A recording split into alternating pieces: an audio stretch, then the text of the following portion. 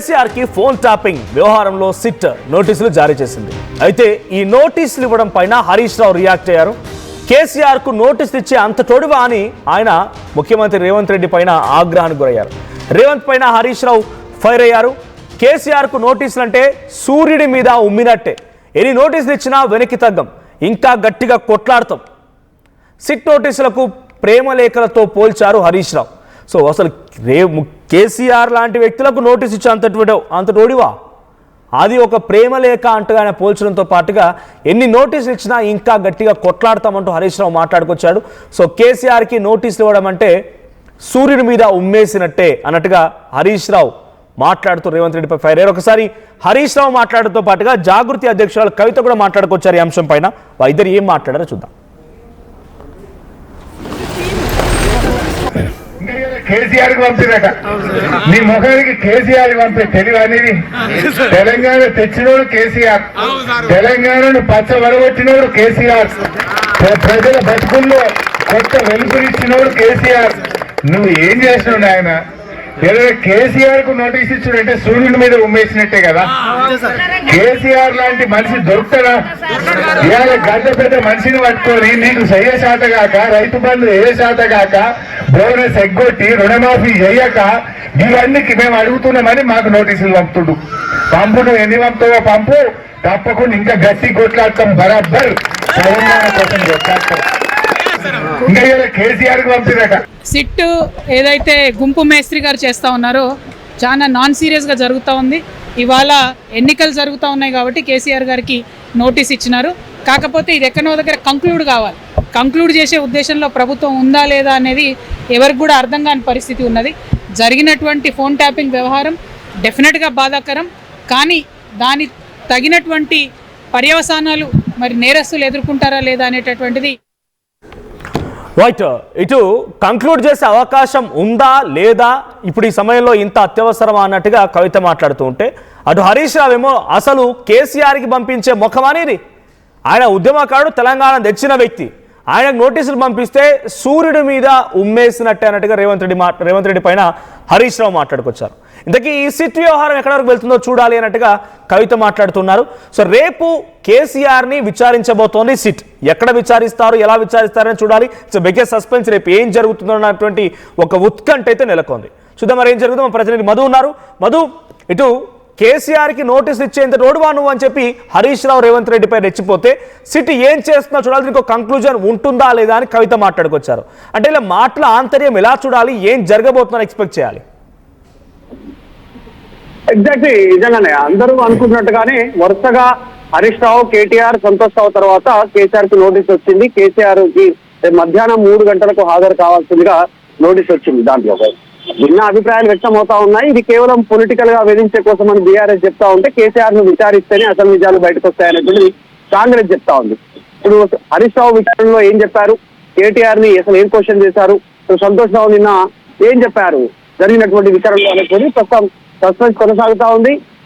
కేసీఆర్ కి ఇచ్చినటువంటి నోటీసుల్లో ఇంకా క్లారిటీ లేదు. పూర్తిగా కేసీఆర్ హాజరవుతారా లేదా అనేటువంటి కొద్దిసేపట్లో క్లారిటీ వచ్చే అవకాశం ఉంది. కేటీఆర్ హరీష్ రావుతో భేటీ అయిన తర్వాత రేపు మున్సిపల్ ఎన్నికలకు సంబంధించి నామినేషన్లు ఉన్నటువంటి నేపథ్యంలో సమయం కోరాలా అనేటువంటి ఆలోచనలో పార్టీ ప్రస్తుతం ఆలోచిస్తా ఉంది. కవిత మాట్లాడుతూ అసలు ఫోన్ ట్యాపింగ్ జరగడం బాధాకరం అనేటువంటిది స్టేట్మెంట్ చేశారు ఆమె. అంటే ఫోన్ ట్యాపింగ్ జరిగింది అనేటువంటిది ఆమె చాలా స్పష్టంగా ఆమె మాటల్లో చెప్పే ప్రయత్నం చేస్తా ఉన్నారు. గతంలో కూడా ఆమె స్టేట్మెంట్ చేశారు, మా కుటుంబ సభ్యులు అంటే నా భర్త, నా సిబ్బంది ఫోన్లు ట్యాప్ చేశారు అనేటువంటిది. దాంట్లో భాగంగానే నన్ను లిక్కర్ కేసులో ఇరికించే ప్రయత్నం చేశారు అనేటువంటిది ఆమె గతంలో చెప్పారు. ఇప్పుడు నిన్న సంతోష్ రావుకు సంబంధించినటువంటి విషయంలో కూడా ఆ కవిత కామెంట్ చేశారు. మెయిన్ గూఢచారి సంతోష్ రావే రేవంత్ రెడ్డికి ఇన్ఫార్మర్ గా అక్కడ ఉన్నటువంటి వ్యక్తి అనేటువంటి స్టేట్మెంట్ చేశారు. ఇప్పుడు ఈ రోజు డైరెక్ట్ గా నేరస్తులు అంటూ కవిత ఒక వర్డ్ ఉపయోగించారు, నేరస్తులు అనేటువంటి మాట. ఇక్కడైనా ఫోన్ ట్యాపింగ్ కి సంబంధించినటువంటి విషయంలో ఇంకా ప్రొలాంగ్ చేయకుండా శిక్ష పడుతుందా నేరస్తులకి అనేటువంటి స్టేట్మెంట్ చేశారు. ఆమె ఎవరిని ఉద్దేశించి నేరస్తులు అనేటువంటి వాడారు అనేటువంటి ప్రస్తుతం పొలిటికల్ సర్కిల్ లో చర్చ కొనసాగుతుంది. సో కొద్దిసేపట్లో క్లారిటీ రానుంది. కేసీఆర్ హాజరవుతారా ఫోన్ ట్యాపింగ్ విషయంలో రేపు, లేదంటే సమయం కోరే అవకాశం ఉందా అనేటువంటి. మనం చూడాలి. మున్సిపాలిటీ ఎన్నికల సమయంలో ఇంత హడావిడి అవసరం లేదన్నట్టుగా మాట్లాడుతున్నారు. సో గతంలో ఆవిడే నా కుటుంబంలో ఉన్నటువంటి వ్యక్తుల ఫోన్ ట్యాప్ అయింది, నా భర్త ఫోన్ ట్యాప్ అయింది, నా ఫోన్ ట్యాప్ అయింది అన్నట్టుగా తను ఒక బాధితులు అన్నట్టుగా చెప్పుకొచ్చారు. ఇప్పుడు తను ఈ హడావిడిలో ఉన్నారు అంటే కేసీఆర్కి ఫోన్ ట్యాపింగ్ నోటీస్ ఇవ్వడానికి విభేదిస్తున్నారా, అసలు ఫోన్ ట్యాపింగే జరగలేదు అంటున్నారు. తన మాటల అర్థం ఎలా చూడాలి? చాలా స్పష్టంగా ఫోన్ ట్యాపింగ్ జరిగింది అనేటువంటిది కవిత చెప్తా ఉన్నారు. సాధారణంగా అధికారులు చేసేటువంటి ప్రక్రియ అది గతంలో కేసీఆర్ చెప్పారు కొన్ని సందర్భాల్లో, మళ్ళీ ఇప్పుడు బీఆర్ఎస్ పార్టీ నాయకులు చెప్తున్నారు. ప్రతి ప్రభుత్వంలో ఉండేటువంటి నిఘా వ్యవస్థనే, గూఢచారి వ్యవస్థనే, అది కామన్ గా ఉండేటువంటిదే. పైన ఉన్నటువంటి ముఖ్యమంత్రులకు కానీ ఇంకా పైన పోలీస్ అధికారులకు కానీ ఎప్పటికప్పుడు నిఘా వర్గాలు ఏం జరుగుతుంది అనేటువంటిది నివేదిక రూపంలో ఇస్తారు. వాళ్ళు ఫోన్ ట్యాపింగ్ ద్వారా చేస్తారా, రాష్ట్ర సమాచారం తెలుసుకుంటారా, ఇంకా ఎట్లా అనేటువంటిది వాళ్ళు నివేదిక రూపంలో ఇస్తారు. ఫోన్ ట్యాపింగ్ కి ముఖ్యమంత్రులకి మంత్రులకి సంబంధం ఉండదు అనేటువంటిది కేసీఆర్ గతంలో చెప్పారు. కానీ ప్రస్తుతం బీఆర్ఎస్ ఏమో ఇది only political vendetta, political agenda కింద కేవలం రాజకీయ వేధింపులు అనేటువంటిది బీఆర్ఎస్ చెప్తా ఉంది. కానీ కవిత మాత్రం ఫోన్ ట్యాపింగ్ జరగడం బాధాకరం అనేటువంటి స్టేట్మెంట్ చేశారు. వరుసగా కేసీఆర్ కుటుంబ సభ్యులు ఫోన్ అంటే మధు, కవిత ఏం చెప్పాలనుకున్నారు? ఫోన్ ట్యాపింగ్ జరిగింది, అధికారుల స్థాయిలో జరుగుతుంది అది అని చెప్తూనే హరీష్ రావు లేకపోతే దీని వెనుక ఒక దయ్యం అని చెప్పి సంతోష్ రావు పేరు చెప్పుకొచ్చారు. అంటే వీళ్ళందరూ చేశారు కానీ కేసీఆర్కి సంబంధం లేదంటున్నారా, లేకపోతే కేసీఆర్కి తెలిసి జరిగింది అనుకుంటున్నారా? తను ఏం పోర్ట్రే చేస్తున్నారు? కేసీఆర్ తప్ప మిగిలిన వాళ్ళంతా ఫోన్ ట్యాపింగ్ చేశారు అన్నట్టుగా అనుకుంటున్నారా? అంటే కవిత స్పష్టత చేశారు. ఆల్రెడీ మా భర్త అనిల్ ఫోన్ తో పాటు సిబ్బంది ఫోన్లు ట్యాప్ చేశారు అనేటువంటిది కవిత గతంలో ఆరోపించారు. ఇప్పుడు అదే స్టేట్మెంట్ చేశారు. ఈ రోజు కూడా ఫోన్ ట్యాపింగ్ జరగడం అనేటువంటిది చాలా బాధాకరం అనేటువంటి స్టేట్మెంట్ చేస్తూ ఇంకొక వర్డ్ ఉపయోగించారు, నిందితులు అంటూ స్టేట్మెంట్ చేశారు. జనరల్ గా ఇప్పుడు ఉన్నటువంటి వాళ్ళంతా కూడా అభియోగం ఎదుర్కొంటున్నటువంటి వాళ్ళే, కానీ ఆమె డైరెక్ట్ గా నిందితులకు శిక్ష పడుతుందా లేదా చూడాలనేటువంటి స్టేట్మెంట్ కవిత చేశారు. అంటే ఫోన్ ట్యాపింగ్ చేసినటువంటి వారిని ఆమె విచారణకు పిలిచినటువంటి నిందితులుగానే ఆమె పేర్కొంటున్నటువంటి సిచ్యువేషన్. దాంట్లో హరీష్ రావు కావచ్చు, కేటీఆర్ కావచ్చు, సంతోష్ రావు కావచ్చు, తర్వాత కేసీఆర్ కావచ్చు.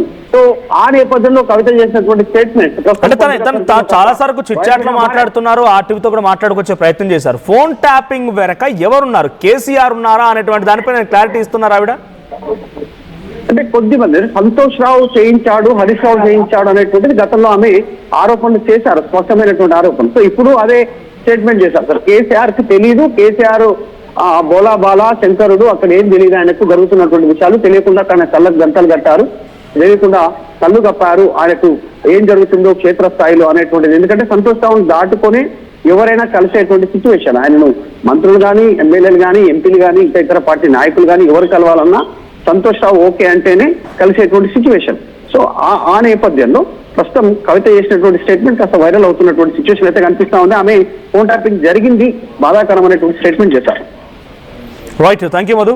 సో ఫోన్ ట్యాపింగ్ అయితే జరిగిందని కవిత క్లారిటీ ఇస్తున్నారు, కానీ ఫోన్ ట్యాపింగ్ వెనుక కేసీఆర్ లేరు, సంతోష్ రావు, హరీష్ రావు అంటున్నారు. సో ఒక పార్టీ పెద్ద ఆ ప్రభుత్వాన్ని లేకపోతే ఆ కుటుంబం మొత్తానికి ఒక పెద్ద దిక్కు, తర్వాత ముఖ్యమంత్రి కూడా, ఆయనకు తెలియకుండా ఫోన్ ట్యాపింగ్ జరిగిందా?